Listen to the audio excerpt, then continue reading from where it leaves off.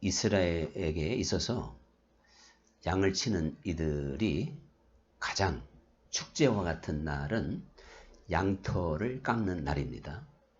그래서 이제 어떠한 농사 지은 사람들의 추수하는 날과 같은 그러한 기쁜 날, 축제의 날이기 때문에 많은 사람들과 함께 음식을 나누면서 이제 즐기게 됐고, 지나가는 나그네들에게 물론 융숭한 대접을 했던 것도 사실입니다.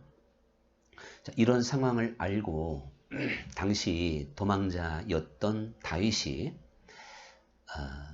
이제 나발이라는 사람에게 부탁을 하게 됩니다. 그것은 이제 양털을 깎는 좋은 날이니까 나발이 다윗에게 풍성한 양식을 제공해 주겠지 하는 그러한 기대가 있었던 것이죠. 다윗은 그때까지만 하더라도 도망자 신세였기 때문에 사실 하루하루의 양식이 보장된 게 아니잖아요. 그것도 한두 명도 아니고 600명이나 되는 그 많은 군사들, 그거를 참 책임지고 그들의 양식을 모두 다 감수해야 됐다. 이거 사실은 보통 일이 아닙니다. 그런데도 하나님께서 사실은 다윗에게 함께 하셨기 때문에 다윗의 그 군사들이 굶지 않고 때를 따라 마치 일용할 양식을 이제 만나를 얻듯이 그렇게 얻었던 것이 사실이다. 자, 그런 과정에서 지금 다윗 입장에서 이 나발이라고 하는 사람에게 양식을 구하는 것 굉장히 좋은 건수죠. 그리고 뭐 본문에는 안 나타났지만 이 다윗이 나발에게 많은 은혜를 베풀었던 게 사실입니다. 다윗의 군사들이 결국은 나발의 그 양들을 지켜주는 역할을 광야에서 했거든요. 그러니까 다윗은 이렇게 보던 저렇게 보던 분명히 나발이 나의 부탁을 무시하지 않을 것이다. 충분히 기대해 볼 만한 내용이었습니다. 그런데 천만 뜻밖에도 이 나발은 다윗은 누구며 이새의 아들은 누구냐? 근자의 주인을 떠나서 이제 배반하는 종들이 많이 있다고 하는데 다윗도 그 중에 한 사람이 아니냐? 이렇게 말을 하게 됩니다. 그래서 양식을 얻기 위해서 온 10명의 다윗의 소년들을 박대해서 그렇게 답변을 해서 다윗에게 돌려보낸 거예요. 빈손으로. 그러니까 이 다윗이 얼마나 자존심이 상하겠습니까? 이 다윗을 보는 그 눈이 결국은 사울이라고 하는 주인을 떠나서 하나의 그 배신자, 도망자 이렇게 지금 치부하고 있기 때문에 다윗 입장에서 보통 자존심이 상한 게 아니었습니다. 그래서 다윗이 분노하면서 내가 그의 모든 물건을 광야에서 하나라도 잃어버리지 아니하도록 지켜주었던 모든 일들이 허사가 되었구나. 그러면서 내일 아침까지 나발에게 속한 남자가 단 한 사람이라도 살아남았다면 여호와께서 내게 벌 위에 벌을 내리기를 원하시노라. 야, 이거 얼마나 살벌합니까? 내일 아침까지 나발에게 속한 남자는 한 사람도 살려두지 않겠다. 즉 이 정도로 다윗이 아주 극에 달하도록 분노를 품게 된 겁니다. 그러면서 자신의 그 병사들에게 각자 다 칼을 차라. 그리고 다윗도 칼을 차고 이제 나발을 향해서 전진해 오고 있습니다. 나발은 그야말로 꼼짝 못하고 이제 죽는 길 이외에는 없었던 것이 분명하죠. 나발에게는 그를 대적할 만한 군사도 없고 힘이 없었던 게 확실합니다.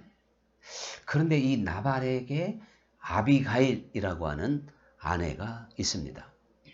근데 이 아비가일은 성경에 아주 지혜롭고 용모도 아름다웠다. 그렇게 지금 설명해 주고 있는데요. 아비가일이 뒤늦게 그 자기 남편이 다윗에게 말했던 행했던 그것을 듣고 깜짝 놀라서 급하게 이제 다윗의 마음을 준비할 수 있는 선물을 준비하게 됩니다. 무엇보다도 일단 다윗의 진노를 가라앉게 하기 위해서는 먹을 것, 다윗이 달라고 했던 걸 줘야 문제가 해결되는 거니까 아무리 뭐 다른 것으로는 안 되겠죠. 그래서 준비를 했는데요. 떡덩이가 200개라고 그랬고 그 포도주, 가죽 포도주가 2푸대, 그리고 요리한 양이 5마리, 그리고 곡식이 5세, 볶은 곡식 5세하, 그리고 건포도 100, 그리고 무화과 뭉치 200개. 자, 이 정도면 어떻게 600명의 군사가 좀 먹을만 할까요? 그 나름대로 계산을 잘 해오시다가 아니 볶은 곡식이 5세하라면 그 도대체가 5세하가 뭔지를 몰라가지고 조금 계산을 흐트려서 대답을 못하시는 것 같아요. 5세하는요 35리터예요. 한 세아가 7리터니까 35리터. 그러면 35kg. 35kg만 생각하면 그거에 누구 코에 붙이냐 이렇게 생각할지 모르지만 떡덩이가 몇 개요? 까먹으셨잖아요. 기억하는 분 계시네. 할렐루야. 200개. 근데 또 크기가 얼마나 큰 건 안 나와 있으니까 한 개 가지고 셋이 그냥 배부르게 먹을 수 있을 줄로 믿읍시다. 예, 믿습니다나 믿읍시다. 자, 그러니까 충분히 먹고도 남을 만한 양식이 됐을 거예요. 양이 몇 마리라고요? 10마리? 치밥이 그냥 2배로 태워버리네. 남의 양이 5마리. 5마리. 자, 그러니까 잘 들으면 기억을 잘 할 수도 있다 이거죠. 그런데 그것만이 아니에요. 그 정도면 다윗의 마음이 좀 누그러들 만한데 사실 말 한마디로 어떻게 한다고요? 천냥빚을 갚는 거예요. 사실 그렇더라고요. 우리가 말 한마디를 하더라도 정말 예쁘게 이왕이면 하면 사실 대부분의 그 마음이 녹아집니다. 좀 서운한 게 있어도요. 근데 이 아비가일이 얼마나 말을 잘하는지, 이야, 이건 하나님께 정말 영감을 받아서 한 거예요. 다윗이 장차 이스라엘의 왕이 될 것도 예언하고 있어요. 이거 놀라운 일입니다. 뭔가 정말 영감을 받은 거예요. 그리고 마지막에 당신이 그렇게 귀한 자리에 오르시거든 저를 잊지 마소서.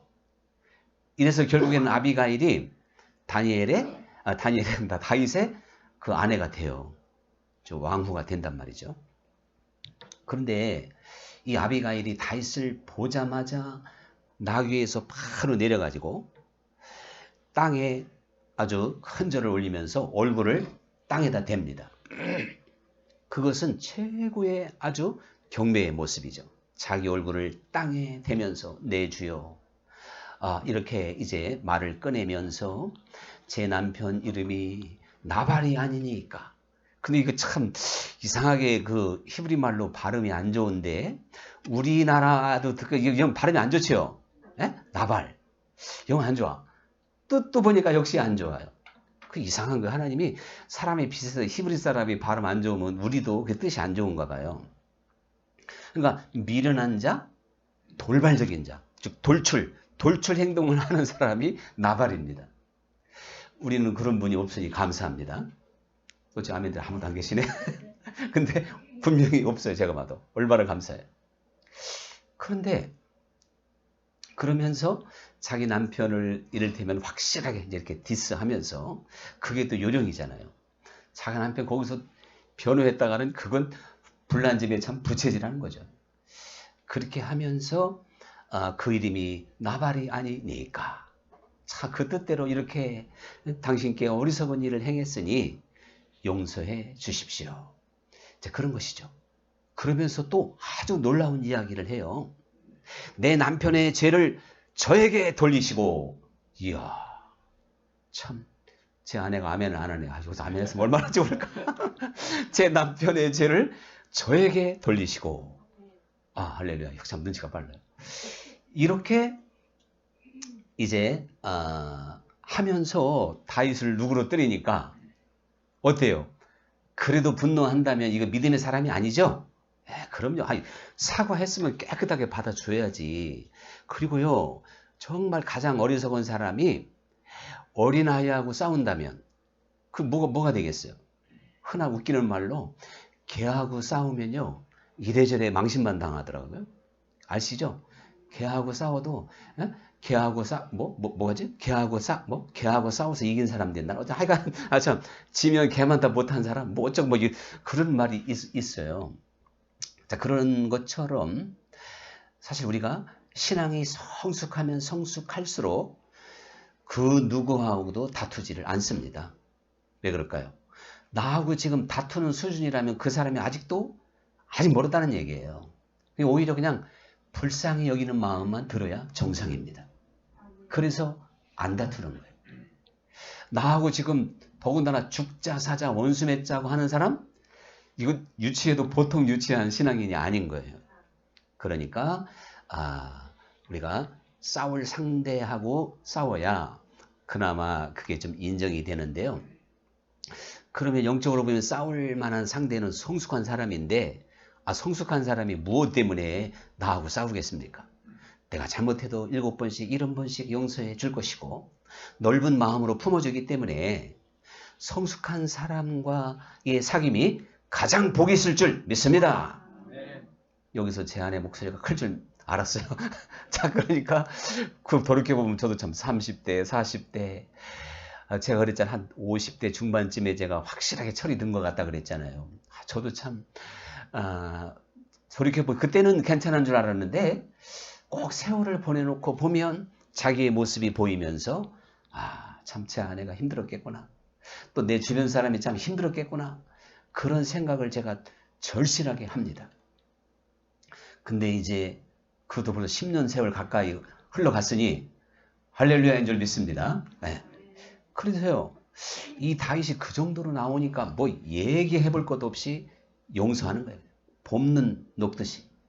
그러면서 이제 오늘 네가 내게 오지 않았다면 네 남편에게 속한 남자는 한 사람도 남지 않고 내일 아침에 전까지 죽었을 텐데 나도 내 손에 피 묻히지 않고, 그러면서 아비가일이 그랬거든. 장차 임금이 될 텐데 이렇게 손에 피를 묻히면 다윗 당신의 이미지도 안 좋아질 것 아닙니까? 이야, 참 하여튼 대단한 말 솜씨를 이렇게 참 보여주게 되는데, 그 내용을 보면 결코 사람의 지혜로 한 게 아니고 뭔가 하나님의 신에 감동돼서 예언 비슷하게 이렇게 했기 때문에 다윗이 더 꼼짝 못할 수밖에 없었던 것입니다. 그래서 나발의 가문은 그야말로 멸문지화 될 수밖에 없는 이 상황에서 극적으로 아주 타협을 하게 됩니다. 화해가 되는 거죠. 우리가 여기까지 한번 생각을 해볼 때 뭐 연상되는 게 없습니까? 뭔가 떠오르는 영감이 없습니까? 저는 이것을 만약에 제가 쾌중석에서 듣는다면요, 금방 머릿속에 그냥 샥 그려지는 게 있을 것 같아요. 뭘까요? 바로 우리는 이 아비가일의 모습을 통해서 그리스도의 모습을 확실하게 보는 줄 믿습니다. 주님의 모습이 보이잖아요. 범죄한 하나님 앞에는요, 우리 인간은 진노의 대상이에요. 저주의 대상이에요. 하나님과 우리 인간이 죄를 범한 인간은 원수가 될 수밖에 없는 겁니다. 그래서 지금 결국 다 멸문지화, 그냥 나발의 그 가문처럼 그렇게 될 수밖에 없는 운명인 것입니다. 그런데 하나님과 우리 사이에 아비가일이 있었으니 그분이 곧 예수 그리스도인 줄 믿습니다. 주님이 그랬잖아요. 모든 성경이 나를 증거한 것이다. 분명히 그렇게 말씀하셨고, 너희가 영생을 얻고자 율법을 묵상하거니와 그 율법이 곧 나를 가리킨 것이다. 여기서는요, 율법의 모든 조항에서는 주님의 마음, 예수, 즉 하나님이 누구냐, 어떤 분이냐 해서 율법 자체는 선하다 그랬죠. 우리는 많은 율법을 통해서 사실은 주님을 봐야 됩니다. 율법을 통해서 보니까 결국 우리 주님은 선하신 분인 줄 믿습니다. 그리고 성경에 이렇게 수없이 많은 이야기들을 제가 찾아내려면 얼마든지 찾아내요. 바로 성령의 감동으로 기록이 됐기 때문에 이 지혜롭고 총명하며 그리고 참 용모도 단정했던 이 여인은 다윗 보기에 너무나도 예뻤는데 하나님 보시기에 너무나도 귀한 하나님의 아들 예수 그리스도를 그대로 보여주고 있습니다. 그리고 이 아비가일의 중재하는 그 태도와 말과 내용이 완벽했어요. 이것처럼 더군다나 그러죠. 내 남편의 죄를 내게 돌리시고 주 예수님께서 우리가 받을 저주를 대신 지시고 죽으신 것 아닙니까? 이게 아주 꽃 중의 꽃이잖아요. 그 말 중에서. 자, 이러한 내용들이 바로 오늘 본문을 통해서 우리에게 보여주고 있는 것입니다. 영원히 하나님과 원수될 수밖에 없는 우리 인생들이 하나님의 아들 예수님이 인간의 몸을 입고 이 땅에 오셔서 우리를 대신해서 저주받으시고 죽으심으로 하나님과 화평케 하셨고 화목제물이 되어주신 줄 믿으시기 바랍니다. 우리가 이것을 분명하게 믿고 있잖아요. 그래서 이 아비가일의 중재로 그 다윗과 나발이 완벽하게 이제 화해가 된 거예요. 용서가 된 거예요. 그래서 죽지 않고 이제 살게 된 것이죠. 우리가 이것을 볼 때 정말 그리스도께 우리가 주 예수님을 통해서 우리들은요 하나님과 완벽하게 화해하는 어떤 하나님과 화평케 되는 그러한 하나님의 자녀들이 되어야 되겠고 이것이 선언적으로는 되었는데요. 실제적으로 내 삶 속에서 하나님과 화목한 관계, 아주 친구와 같은 관계, 이러한 관계가 우리에게 언제나 있어야 될 줄로 믿습니다. 자, 그러니까요. 예수님께서 이런 말씀을 하십니다. 어떤 임금이 2만의 군사를 거느렸어요. 그런데 어떤 임금은 1만의 군사를 거느렸어요. 그런데 2만의 군사를 거느린 임금이요. 칼을 뽑아들고 지금 1만의 군사를 거느린 그 왕의 나라로 쳐들어오고 있다는 거예요. 이거 누가복음 14장에 있는 거예요. 그러면 지금 1만의 군사를 거느린 임금이 가만히 생각해 보니까 우리나라는 1만 명밖에 안 되고 저 임금은 지금 2만의 군사를 거느리고 오는데 일단 싸워봤자 이거 안 되는 거구나. 그러면 싸우면 죽는 거잖아요. 이럴 때 어떻게 해야 되느냐? 바로 멀리 있을 때, 아주 멀리 있을 때, 성경에 멀리 있을 때 사신을 빨리 보내가지고 화해를 청해라. 그래야면 화를 면하게 되는 것 아니겠느냐. 주님께서 그렇게 말씀을 하십니다. 주님께서 왜 이렇게 말씀을 하셨을까요? 바로 주님의 그 말씀의 뜻은요. 2만의 군사를 거느리고 오는 분이 하나님이라는 것입니다. 그리고 1만의 군사를 거느리고 있는 임금은 우리 인간들이라는 것이죠. 그러니까 하나님과 우리 인간은 본래 이제 에덴 동산에서는 함께 거니는 존재가 됐지만 죄를 범함으로 원수가 됐잖아요. 이렇게 충돌할 수밖에 없는 관계라고 하는 걸 주님께서 말씀하고 있는 겁니다. 그런데 우리들은 이렇게 충돌할 수 없을 만큼 육적인 사람이 됐잖아요. 그래서 거룩한 것이 없는 이제 육체가 된지라 하나님의 자녀들이 육체가 된지라 하는 것처럼 육은 영을 거스린다는 말처럼 육적인 우리의 모습은 하나님과 하나 될 수 없는 거예요. 하나님 앞에는 쫓겨날 수밖에 없는 겁니다. 그렇기 때문에 그 하나님과 지금 급하게 화해하라고 하는 것은 그 거룩하신 하나님을, 그 온전하신 하나님을 받아들이기에 합당한 그러한 화해가 실제적으로 이루어져야 된다는 사실이에요.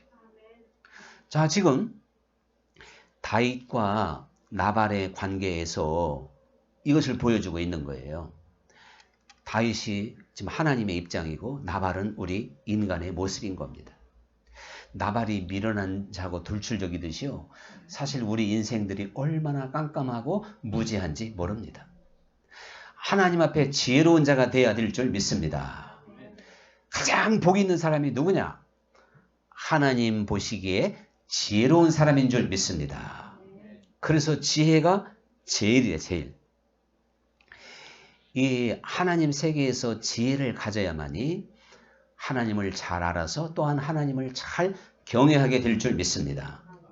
지혜가 없으면요, 하나님을 나는 경외한다고 했는데 실제적으로 경외하지 못하고 오히려 그 하나님의 성전을 도적의 굴로 만들었다고.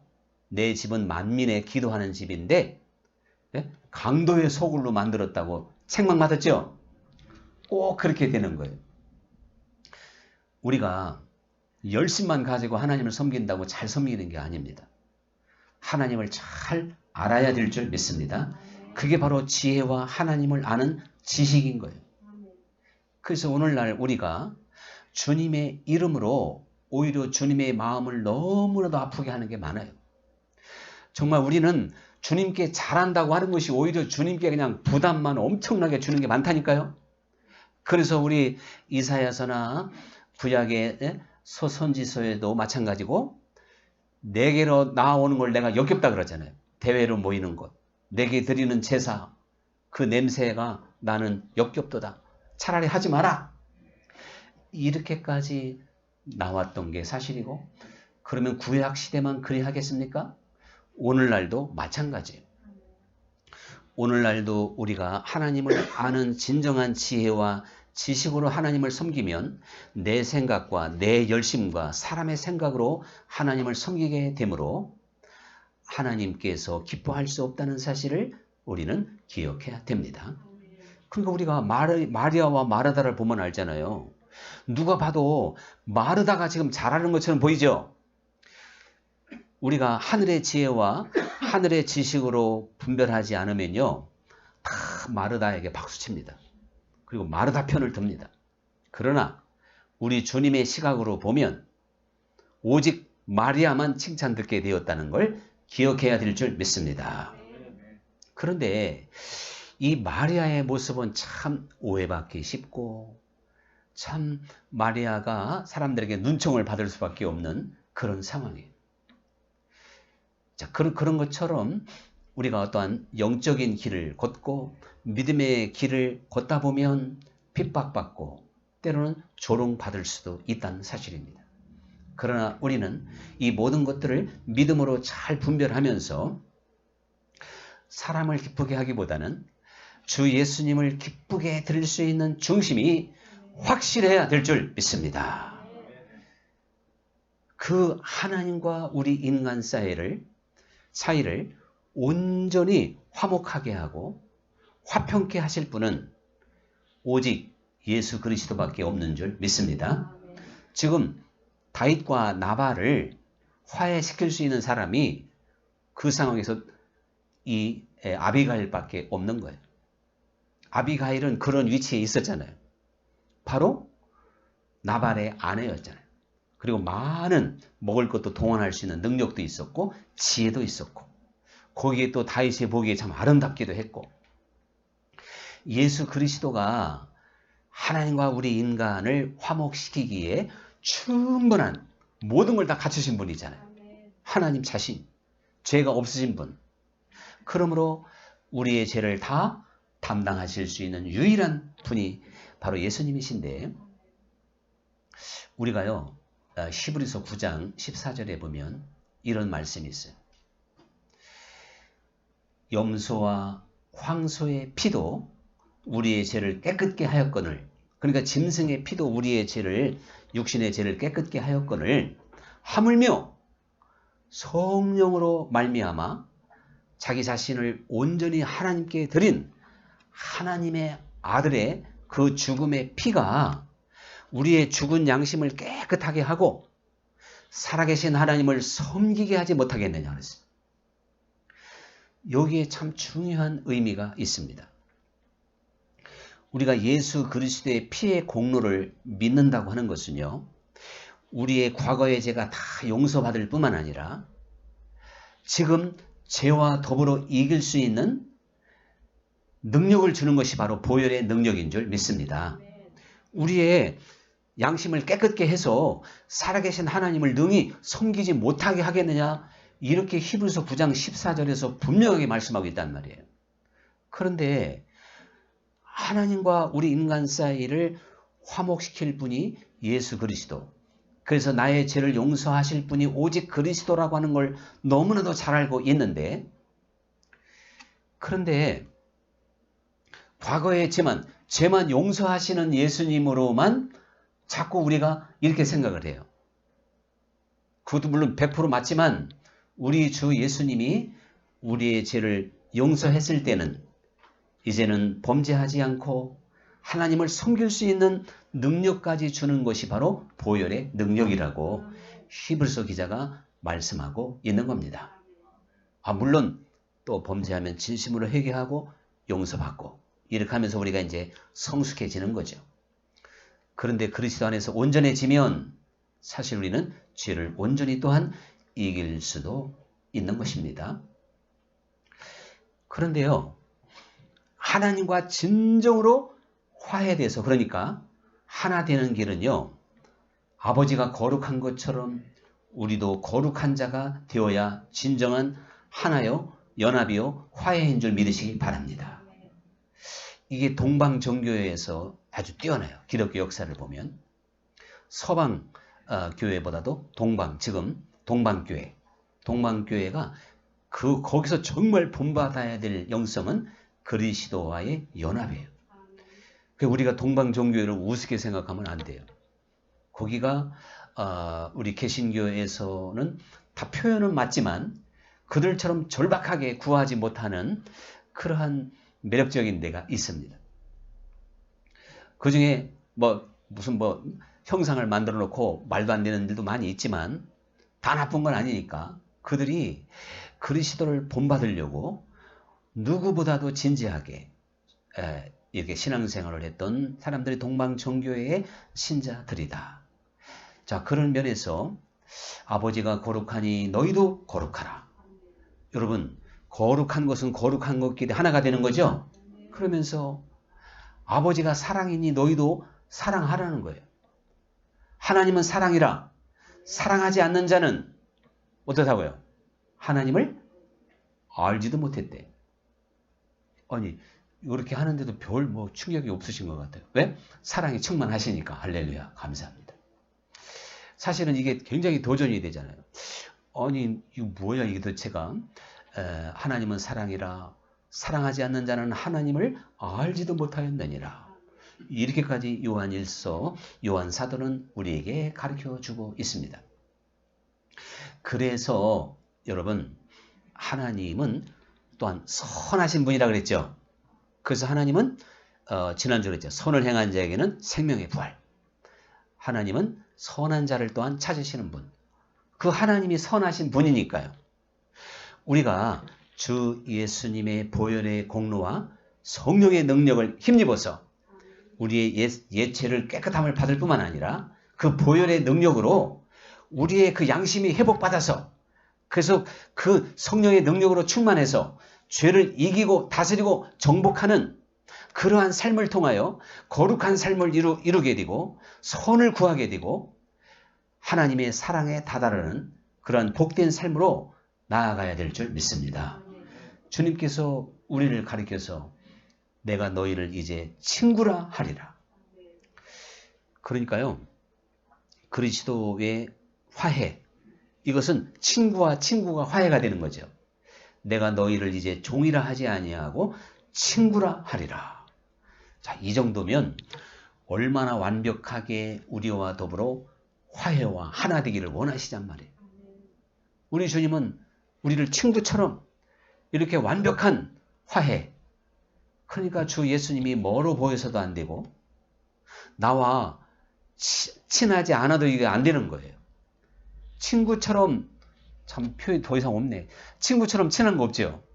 네, 맞습니다. 그러니까 우리 하나님과 내가 친한 관계가 돼야 되는 것이에요. 이 일을 그리스도께서 하신 줄 믿습니다. 성령께서 우리를 깨뜨려 주시고 우리에게 지혜를 주시고 또한 우리를 변화시켜 주셔서 그렇게 만들어 주신 줄 믿습니다. 성프란시스코에게 어느 날 제자가 낮잠을 자다가 꿈을 꿨어요. 낮잠 자다가 좋은 꿈을 꾼 데도 있더라고요. 그 꿈이 뭐냐면 자기가 하늘나라 가보니까 가장 높은 자리에 자기 스승 성 프란시스코 자리가 있더라는 거예요. 예수님 누구 자리? 네 스승 프란시스코의 자리니라. 그러니까 역시 우리 선생님이시로다. 저도 그거 믿습니다. 프란시스코처럼 그렇게 살면 가장 큰 자가 되죠. 당연하죠. 그게 아주 개꿈이 아니라 제대로 꿈을 꾼 거예요. 제대로. 제가 봐도. 그리고는요. 꿈에서 깨어나가지고 이제 이 깊은 소식을 어떻게 해야 돼요? 빨리 전해야지. 선생님한테 쫓아가가지고 아이고 선생님 역시나 선생님이십니다. 왜 그러냐 그러니까 제가 지금 너무 피곤해가지고 낮잠을 잠깐 잤는데 꿈을 꿨는데 하늘나라 가보니까 역시 선생님이 가장 높은 자리에 있더이다. 그럼 여러분 같았으면 어때요? 기분이 너무 좋겠죠? 근데 이게 역시 성자는 성자예요. 별로 시통치 않은 얼굴을 지으면서 얘야 하나님이 내게 준 은혜를 저기 길거리 지나가는 불황자 누구에게 줬어도 나보다 나을 거다. 이야, 이게 기독교요. 이게 하나님이 하시는 일인 줄 믿습니다. 그렇습니다. 우리는요, 사실 옛날 선비의 세계에서요, 사흘을 지나면 그 사람을 다시 보래. 사흘 동안 글을 읽다가 깨우치고 새 사람 되니까 사흘만 지나면 사흘 전에 아주 개차반이 같았어도 이 사람 다시 어떻게 새로운 사람으로 보는 게 그게 어느 도의 세계더라고요. 그럼 우리 기독교는요 사흘도 필요 없어. 어쩌녁까지 아주 그냥 참 이상한 사람이어도 하룻밤 자고 나면 밤사이에 삭개오처럼 어떤 일이 벌어졌을지 모르니까 기대하고 봐야 될 줄 믿습니다. 이게 맞아요.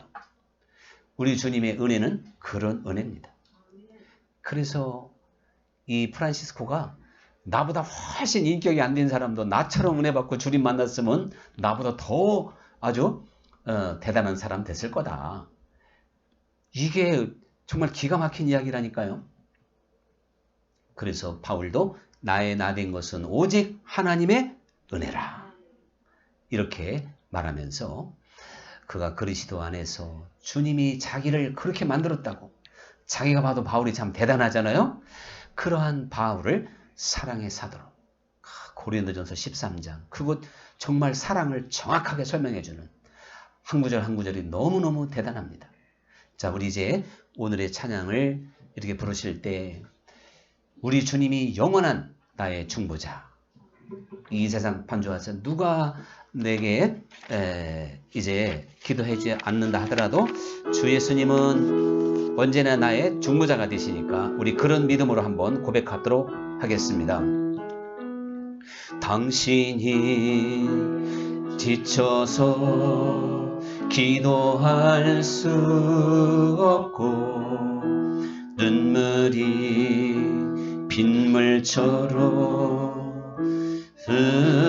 흘러내릴 때 주님은 예수님 당신의 약함을 사랑으로 돌봐주시네.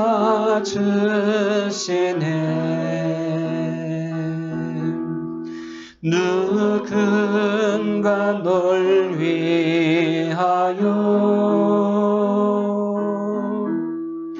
누군가 기도하네. 내가 홀로 외로워서 마음이 무너질 때 누군가 널 위해 기도하네. 당신